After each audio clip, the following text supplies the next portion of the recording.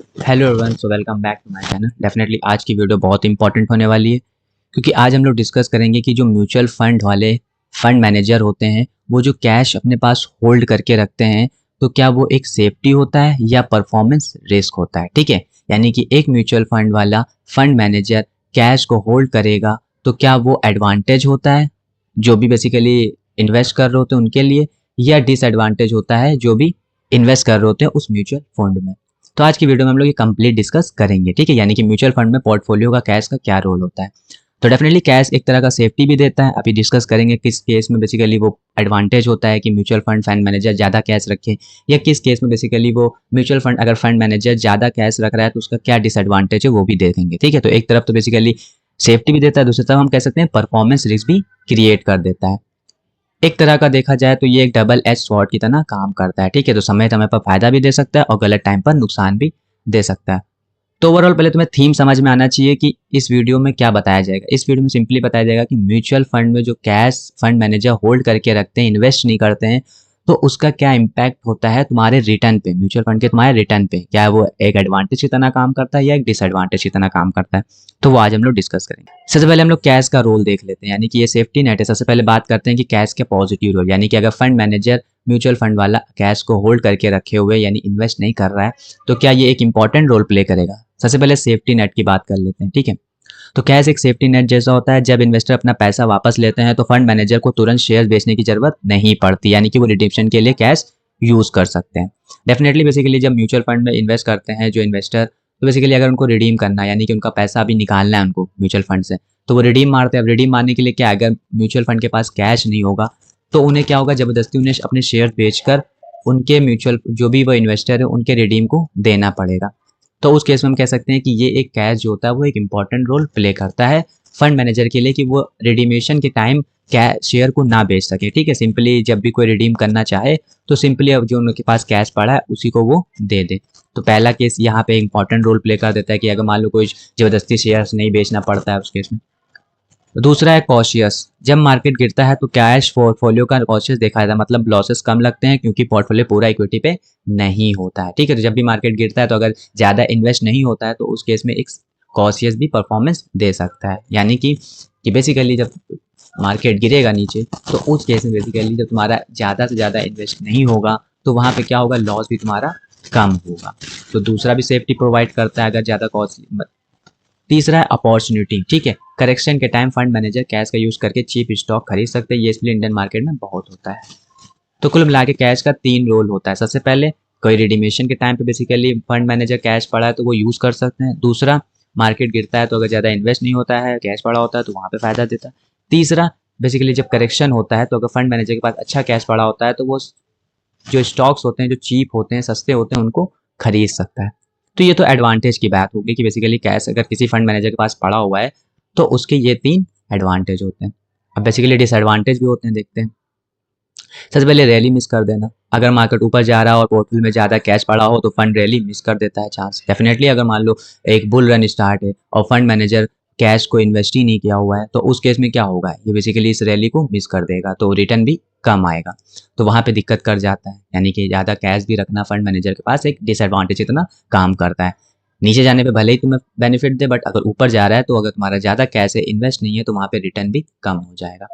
Under performance वही कहते हैं कि अगर एग्जांपल लेते हैं कि मान लीजिए तुम्हारा पोर्टफोलियो का 5% कैश इन पड़ा है, यानी कि तुम्हारा जो भी पोर्टफोलियो है पूरा एक फंड मैनेजर का म्यूचुअल फंड का, उसका 5% अगर कैश में पड़ा है, तो अगर मार्केट 15% ऊपर जाएगा तो तुम्हारा फंड कम से कम 0.75% अंडर परफॉर्म करेगा। तो ये एक मतलब एग्जाम्पल है रियलिटी बेस्ड कि अगर ज़्यादा कैश रखोगे तो अगर मार्केट ऊपर जाएगा तो उस केस में तुम्हारा जो तुम्हारा फंड है वो अंडर परफॉर्म करेगा, mutual fund. Real world example भी देख लेते हैं कि 2024 में क्या हुआ था। जब फंड के पास ज़्यादा कैश था उन्होंने अपने पीयर्स के कंपैरिजन में कम रिटर्न दी। डेफिनेटली भाई, अब मान लो एक म्यूचुअल फंड ए है, एक म्यूचुअल फंड बी, एक म्यूचुअल फंड सी है, तो अगर बेसिकली इसने कम कैश रखा हुआ है, इसने और कम कैश रखा हुआ है, इसने सबसे कम कैश रखा हुआ है, ठीक है, मतलब मान लेते हैं कि ए ने ज़्यादा कैश रखा हुआ है, तो जब रैली आएगी तो क्या होगा, अगर इन दोनों ने ज़्यादा इन्वेस्ट किया होगा तो इनका रिटर्न भी ज़्यादा आएगा म्यूचुअल फंड का। और वही ए की बात कर ले तो इसने बेसिकली ज़्यादा कैश में रखा था तो ज़्यादा इन्वेस्ट नहीं करता, ज़्यादा इन्वेस्ट नहीं करता तो इस रैली में रिटर्न भी कम आएगा। तो इसका मतलब क्या होगा कि ए जो होगा वो बी सी के कंपेरिजन में कम रिटर्न देगा। तो ये बेसिकली डिसएडवांटेज होते हैं। तो दो चीज़ें बेसिकली, कैश का भी बहुत इंपॉर्टेंट रोल पड़ता है, आपका कह सकते हैं रिडीमिशन के टाइम गिरते वक्त भी एक बेनिफिट देता है, और करेक्शन के टाइम चीप स्टॉक खरीदने का बहुत इंपॉर्टेंट रोल देता है। लेकिन वहीं बात कर लेते हैं परफॉर्मेंस के बेसिस पे, तो बेसिकली अगर बुल रन आता है तो अगर ज़्यादा कैश पड़ा है, इन्वेस्ट नहीं है म्यूचुअल फंड का जो पैसा, तो डेफिनेटली वहाँ पे वो एक अच्छा रिटर्न नहीं दे पाएंगे, अंडर परफॉर्मेंस करेंगे। ठीक है, आगे बढ़ते हैं। तो अब बात आती है कि भाई डेफिनेटली क्या कैश बिल्कुल ना रखें, क्योंकि बिल्कुल कैश नहीं रखोगे तो डिसएडवांटेज भी, ज़्यादा कैश रखोगे तो भी डिसएडवांटेज है। तो अब हम लोग वन बाय वन देखते हैं। तो समझते हैं पहले, ठीक है, अभी हम डिस्कस करेंगे कितना कैश किसी भी म्यूचुअल फंड को रखना चाहिए। तो सबसे पहले हम बात कर लेते हैं कि एक्टिव और पैसिव फंड क्या होते हैं। ये रोल डिपेंड करता है फंड के टाइप पर। एक्टिव फंड्स वो होते हैं जो बेसिकली कैश को टेक्निकल टूल की तरह यूज करते हैं, यानी कि जब वैल्यूएशन हाई होती है तो अपना 8 से 12% कैश होल्ड करके रखते हैं, मतलब कि इन्वेस्ट नहीं करते हैं, ताकि जब एक अच्छा समय आए तो इन्वेस्ट कर सके। डेफिनेटली एक म्यूचुअल फंड है, एक एक्टिव फंड है, तो उसका मेन इंपॉर्टेंट रोल क्या है कि अगर वैल्यूएशन हाई है, तो वैल्यूएशन हाई है तो डेफिनेटली वहाँ पे स्टॉक को खरीदना तुम्हारे लिए कोई बेटर ऑप्शन नहीं है, क्योंकि ऑलरेडी उसका वैल्यूएशन बहुत ही हाई चल रहा है। तो उस केस में एक्टिव फंड्स क्या होते हैं, 8 से 10% अपने पोर्टफोलियो का होल्ड करके रखते हैं। रीजन क्यों होल्ड करके रखते हैं, क्या जब ये वापस से अपनी वैल्यूएशन पे आ जाए सटीक वैल्यू पे, तो हम इन्वेस्ट करें। तो ये एक्टिव फंड्स होते हैं जो 8 से 12% तक की अपने कैश को होल्ड करके रखते हैं due to high valuation. Second, passive funds क्या होते हैं, तो पैसिव फंड जो इंडेक्स फंड्स होते हैं या ईटीएफ फंड्स होते हैं, तो इनमें ऑलमोस्ट कैश जो होता है वो नहीं होता है, यानी कि 1-2% ही ये रखते हैं। ठीक है, क्योंकि इन्हें बेंचमार्क को एग्जैक्टली कॉपी करना पड़ता है, अगर कैश ज़्यादा रखेंगे तो ट्रैकिंग एरर आ जाता है, क्योंकि इनका फंड जो होता है इंडेक्स फंड ईटीएफ फंड होता है, तो इनको कंटिन्यूअसली बेसिकली इनको इन्वेस्ट करते ही रहना होता है। ठीक है, तो ये ज़्यादा अपने कैश को होल्ड नहीं रख सकते। तो ये दो फंड के बारे में डिस्कस हो गया। एक्टिव फंड्स क्या होते हैं, सिंपली जो ज़्यादा कैश होल्ड कर सकते हैं वैल्यूएशन हाई पे। लेकिन जो पैसिव फंड्स होते हैं उनको चाह कर भी, क्योंकि ये इंडेक्स फंड ईटीएफ फंड होते हैं, तो चाह कर भी 1-2% ज़्यादा ये होल्ड कैश नहीं रख सकते। ठीक है, तो ये बात हो गई। तो कंसर्न कब करना चाहिए, ठीक है, अब तो बेसिकली तुम्हें पता चल गया कि ज़्यादा कैश डिसएडवांटेज भी देता है और ज़्यादा कैश ना होना भी डिसएडवांटेज देता है। तो क्या करें अब, तो बेसिकली यहाँ पे पूरा हम लोग डिसीजन बनाते हैं। तो आपको कंसर्न कब करना चाहिए, जब एक फंड हमेशा 15 से 20% तक कैश होल्ड करे, चाहे मार्केट ऊपर जाए या नीचे जाए। ये सिग्नल है कि मैनेजर को क्लियर डिसीजन नहीं ले पा रहा है, या फिर हाइब्रिड फंड की तरह काम कर रहा है लेकिन फीस इक्विटी फंड की तरह चार्ज कर रहा है। ठीक है, तो अगर कोई भी म्यूचुअल फंड, वो उसका फंड मैनेजर पूरे पोर्टफोलियो का 15 से 20% कैश को होल्ड करता है, तो ये बेसिकली बहुत ही गलत है, तुम्हारा रिटर्न अच्छा नहीं आएगा। ठीक है, यानी कि फंड मैनेजर एक अच्छा डिसीजन नहीं ले पा रहा है, एक हाइब्रिड मॉडल की तरह काम कर रहा है, लेकिन फीस तुम्हारी वो इक्विटी के बेसिस पे ले रहा है।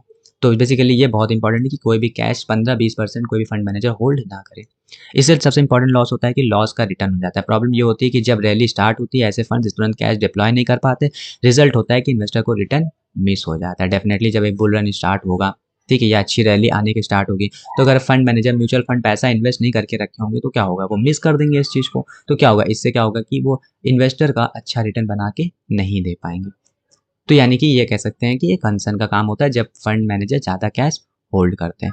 अब सबसे इंपॉर्टेंट है कि कितना होल्ड करना है, क्योंकि अभी तक तो हम लोग डिस्कस कर लिया कि भाई कैश का ना होना भी नुकसान है, कैश का ज़्यादा होना भी नुकसान है, तो भैया कितना रखना चाहिए कैश को। तो आज ये पूरा इंपॉर्टेंट रोल बताया देगा तुमको। पैसिव फंड यानी कि जो भी इंडेक्स ईटीएफ फंड होते हैं उनका लगभग 0 से 2% अगर वो पोर्टफोलियो का कैश होल्ड करते हैं तो अच्छी बात है, लेकिन अगर 3% से ज़्यादा अगर वो कैश होल्ड करके रख रहे हैं कंटिन्यू, तो यानी कि ये कंसर्न करने की बात है।